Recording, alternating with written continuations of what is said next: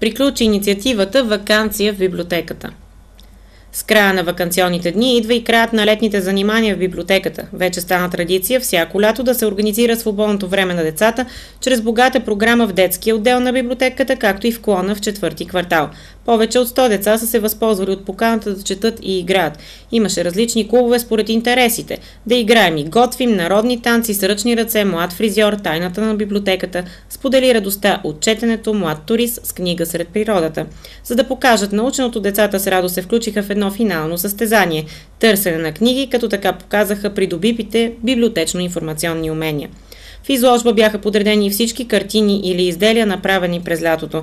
Особено оригинална бе идеята за изработка на филм "Изгубеното наследство на Самоков", в който са описани историите на старите самоковски къщи. Издадени са и дипляни, направена е презентация, като за целта е използвана компютърната техника, предоставена на библиотеката по програмата "Глобални библиотеки". Естествено, тук неоценима помощ са оказали библиотечните специалисти, обучени по тази програма.